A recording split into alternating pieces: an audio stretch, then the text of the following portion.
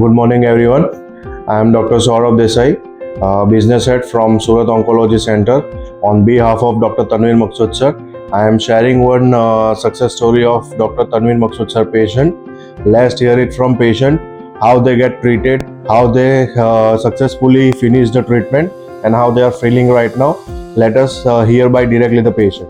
અમારું પેશન્ટનું નામ છે પુષ્પાબેન જયંતીલાલ પોરવાલ. અમે પહેલાં ગ્રીન પાર્ક સોસાયટીમાં ત્રિકમનગર લંબે હનુમાન રોડમાં રહેતા હતા. અમારી બાજુમાં રેખાબેન કરીને હતા, એમનું ટ્રીટમેન્ટ તનવીર મકસૂદ સરે કર્યું હતું. એ સરના ટ્રીટમેન્ટ બહુ સરસ અને સારા થયા. એ બેન પણ આજે 10 વર્ષથી બરાબર ચાલતા ફરતા છે, એને કોઈ જાતનો પ્રોબ્લેમ થયો નથી. એના માધ્યમથી અમે પણ તનવીર મકસૂદ સરને અમારી વાઈફ પુષ્પાબેન જયંતીલાલ પોરવાલને અહીંયા લઈને આવ્યા. એમનો ટ્રીટમેન્ટ ચાલુ થયો, રિપોર્ટિંગ કરાવ્યું, ટ્રીટમેન્ટ ચાલુ થયો. એમના ટ્રીટમેન્ટથી અમે બહુ સંતોષકારક જવાબ મળ્યો. આજે એ બેન સારી રીતે અને સારી પોઝિશનમાં છે.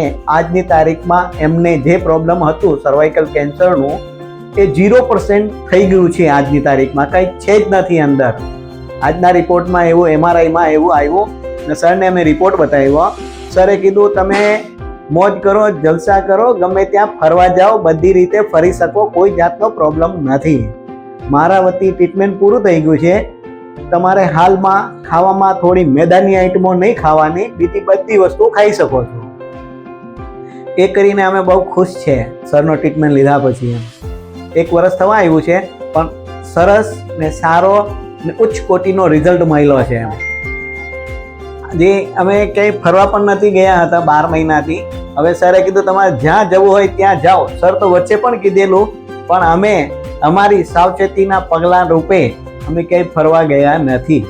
ને ખાવામાં બધી ઘરની વસ્તુઓ ખાતા એને લેતા હતા, બહારની વસ્તુ એક પણ લેતા નહીં હતા. જ્યુસ એવોઇડ કર્યું, ફલ ફ્રૂટ ખાવાનું ચાલુ રાખ્યું. આજે પણ એ જ ચાલુ, આગળ પણ એ જ ચાલુ રાખવાનું છે. તો હવે અંકલ એવું પૂછું કે તમે જે અત્યારે રિપોર્ટ કરાવ્યો એ આપણે બતાવી શકીએ આપણા એમને? આ નવો રિપોર્ટ છે. સ્ટાફનો પણ એટલો સરસ વ્યૂ મળ્યો.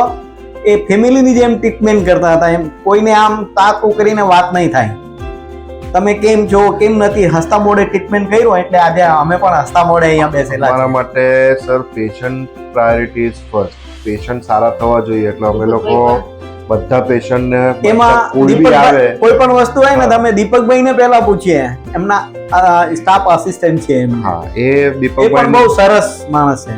દીપકભાઈ નું કેવું છે, દીપકભાઈ કઈ બી હશે તો તમને એ પ્રોપર ગાઈડન્સ આપશે, ફેમિલીની જેમ એ તમને એકદમ પ્રોપર. હા, એ તમને એકદમ, એટલે આપણા બધા સ્ટાફ નું કેવું છે કે ભાઈ priority, patient priority is must. Patient હેરાન નહીં થવું જોઈએ. વધુ માહિતી માટે આજે જ સુરત ઓન્કોલોજી સેન્ટરનો સંપર્ક કરો.